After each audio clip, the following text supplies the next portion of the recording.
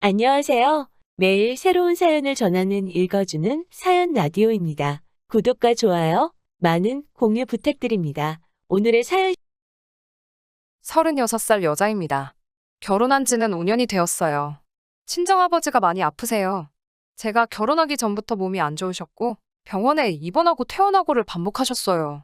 그래도 친정오빠가 아직도 결혼을 하지 않은 데다가 고연봉 직업을 가지고 있고 어머니도 일을 하고 계시는 상황이라 병원비 부분에서는 부담이 크지 않은 편이에요. 저희가 맞벌이 부부이기는 하지만 남편도 수입이 넉넉지 못하고 저도 친정아버지 곁을 지켜드려야 하기 때문에 회사는 다니지 못하는 대신 아르바이트식으로 단지 내에서 학생들 몇 명을 구해 과외를 하는 식으로 돈을 벌고 있습니다. 그래서 제 수입이 많은 편도 아니에요. 딸된 마음으로 병원비 조금이나마 보탬이 되고 싶기는 하지만 많이 해드릴 수 없는 게 늘 마음에 걸립니다.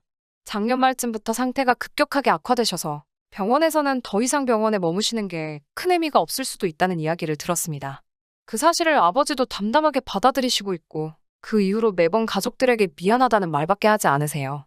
이 정도 해줬으면 됐다고 저희들 볼 면목이 없고 고생만 시키고 있다며 더 이상 가족들에게 짐덩어리가 되고 싶지 않다고만 하세요. 그래도 저희 가족들 돌아가면서 아버지 곁을 지키고 있어요. 저희들 욕심일 수도 있기는 하지만 그래도 할 수 있는 데까지 해보기로 우리 가족들 전부 마음을 먹었거든요. 시댁은 이런 우리 집 상황을 썩 마음에 들어하지는 않아요. 결혼 전부터도 사실 아버지 아프신 것 가지고도 이런저런 이야기가 많이 나왔었어요. 식을 올린 후에는 저는 이제 결혼을 했으니까 남편을 더 챙겨야 한다고 하시며 병원에 들락날락하는 걸 못마땅하게 생각하셨고 아버지 챙겨드리는 걸 마음의 짐이라고 표현하시며 그런 상황에 처해 있으니 저와 남편 사이에 애가 안 생기는 거라고 하시며 눈치 아닌 눈치를 주셨습니다. 구정을 앞두고 있던 얼마 전이었어요. 병원 쪽에서 연락이 왔습니다. 이제 더는 손쓸 도리가 없다면서 저희 가족들에게 이제 정말로 마음의 준비를 해야겠다는 연락을 받았습니다. 이제 언제 떠나셔도 병원 쪽에서는 더 이상 할 수 있는 게 없다는 말에 하늘이 무너지는 것 같았습니다.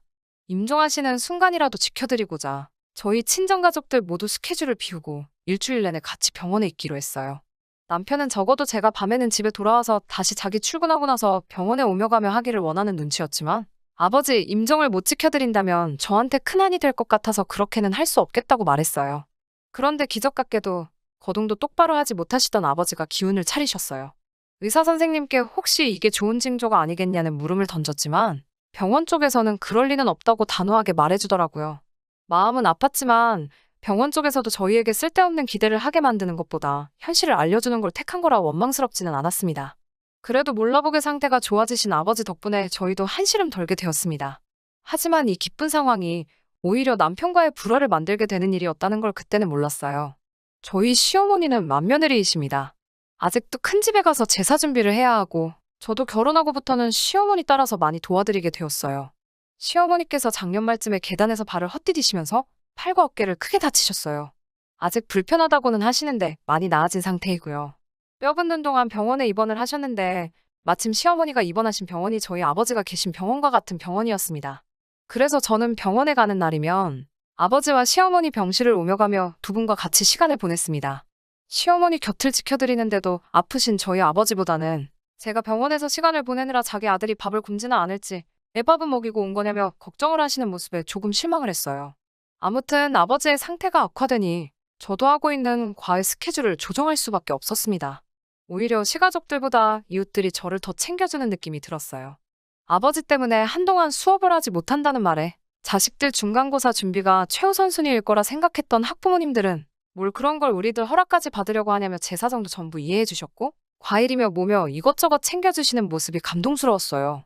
아버지의 상태가 호전되신 건 다행이지만 병원 쪽 말에 따르면 언제 가셔도 이상하지 않을 거라고 했으니 누구라도 아버지 곁을 지켜야 하는 상황은 여전했습니다. 저 같은 경우에는 연휴 때는 과외를 할 필요도 없고 이미 이번 달은 수업도 잡아놓지 않은 상태라 큰 문제가 없었지만 개발자로 일을 하고 있는 오빠는 연휴에도 꼭 회사에 출근을 했어야 했고 이번에 휴가를 미리 당겼었기 때문에 연휴 기간에는 퇴근을 하고 나서야 병원에 올 수가 있는 상황이었어요. 병원비 부담에 한 푼이라도 벌어야 한다며 일을 하고 계시던 어머니도 동네 장사하는 가게에서 일을 하고 계셨기 때문에 연휴 특수가 껴서 더 이상 사정을 봐줄 수 없다는 상황이었고요.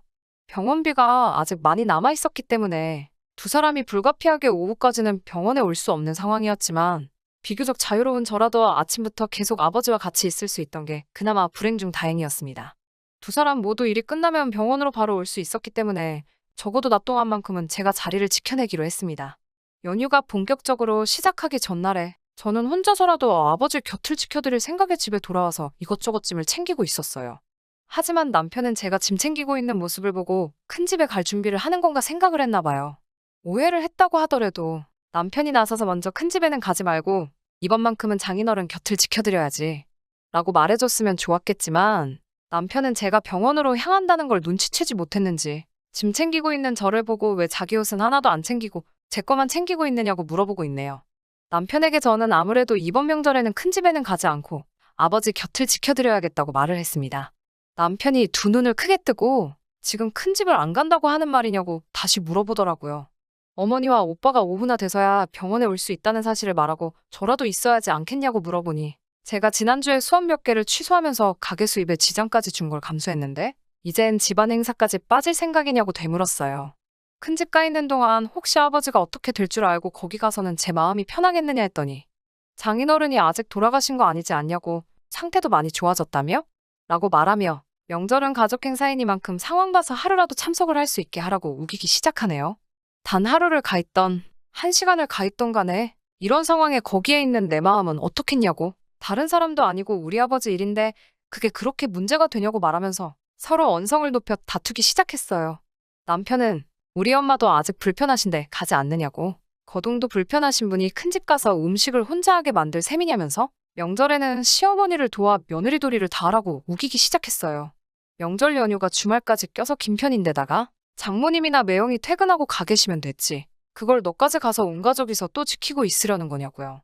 그러다가 아무 일도 없으면 몸 불편한 우리 엄마 혼자서 큰 집 일거리 독박쓰라고 하는 거냐며 성질을 있는 대로 부리더라고요. 그동안 시부모님께서 제가 아버지 병문안 가는 걸 못마땅하게 생각하는 게 서운하다고 남편에게 이야기를 하며 몇 번 다툰 적이 있었는데 그걸 들먹이면서 이참에 우리 엄마 크게 한번 먹이려고 계획한 거냐는 말도 안 되는 소리를 짓거리더라고요. 친정아버지 아픈 걸로 왜 시어머니 한 번 먹이려고 하냐는 말까지 들어야 하는지 진짜 속상한데 어머니나 오빠한테는 이 사실을 이야기해야 하는지도 모르겠어요. 남편 말대로 제가 효녀노릇 하겠다고 고집을 부리고 있는 게 맞는 건가 싶기도 하고요. 저도 헷갈려서 미쳐버릴 지경이네요. 정말 속만 타들어가고 어디다가 속 시원히 말도 못하겠고요. 후기입니다. 아버지는 끝내 하늘나라로 가셨어요. 그동안 경황이 없어서 이제서야 후기를 보내게 되었습니다. 댓글로 응원해주신 분들께 모두 감사합니다. 아무튼 남편 고집을 아무래도 꺾을 수가 없어서 결국엔 남편이 원하는 대로 시어머니가 가장 바쁘실 연휴 바로 전날에 오후에 일 마치고 온 오빠와 교대를 하기로 하고 큰 집에 가기로 했습니다. 그날은 오빠와 엄마가 밤새 아버지 곁을 지키고 어머니가 오전 동안 잠깐 일을 빼실 수 있다고 하셔서 어머니가 다시 일터로 나가시기 전에 제가 큰 집에서 병원으로 곧바로 가기로 조율을 했어요. 제가 꼭 큰 집을 가야 한다는 사실에 어머니도 남편에게 많이 실망하신 것 같았지만 저 나름대로의 입장도 있을 테니 어쩔 수 없는 일 아니겠냐며 이해를 해주셨어요. 오빠도 이럴 때 연휴에도 출근을 해야 하는 회사를 다니고 있는 자기 잘못이라고 하면서 우리가 더 미안한 상황이니 저보고 절대 부담 갖지 말라고 하고 조심히 잘 다녀오라고 말을 해줬어요. 큰 집으로 가야 하는 당일 저녁 오빠가 병원에 도착하고 저는 남편이 기다리는 집으로 출발을 했습니다. 괜찮다고 하시면서도 아쉬워하는 아버지를 보고 있으니 발걸음이 떨어지지가 않더라고요. 그래도 어쩔 수 없이 집으로 향했습니다. 남편은 저를 보자마자 미안해하는 기색단 하나도 없이 왜 이렇게 늦었냐고 잔소리를 하더라고요. 큰 집으로 가는 차 안에서 서로 한마디도 나누지 않았어요. 정말 가는 길에라도 혹시나 마음을 바꿔줄 줄 알았는데 그 고집 한 번을 꺾어주질 않았습니다. 큰 집에 도착했을 때 저를 병원에 일찍 갈 수 있게 도와주신 건 정말 의외의 인물이었습니다. 시어머니가 제가 문 열고 들어오는 걸 보자마자 저보고 병원엔 안 있고 여긴 왜 왔느냐고 물어보셨어요. 남편이 으스대듯이 제가 오늘도 병원 가서 있는다는 걸 엄마 생각해서 내가 데려왔지 하면서 자랑하듯이 이야기를 하더라고요. 사실 시어머니한테도 정상적인 반응을 기대조차 하지 않았기 때문에 체념하고 있었는데 시어머니는 남편 말이 끝나기가 무섭게 남편의 뺨을 세게 올려치시더라고요. 짝 하고 남편의 따귀를 올려치는 소리가 엄청 크게 나서 시가쪽 큰 집 사람들도 그 소리를 듣고 이쪽으로 고개를 전부 다 돌릴 정도였어요. 시어머니는 남편을 앞에다 두고 노발대발하셨어요. 비싼 돈 주고 공부시켜놨는데 그 머리로 생각도 할 줄 모른다면서 개똥도 약에 쓴다는데 네 대가리는 약으로 쓸 개똥보다도 모자라겠다고 화를 내더라고요.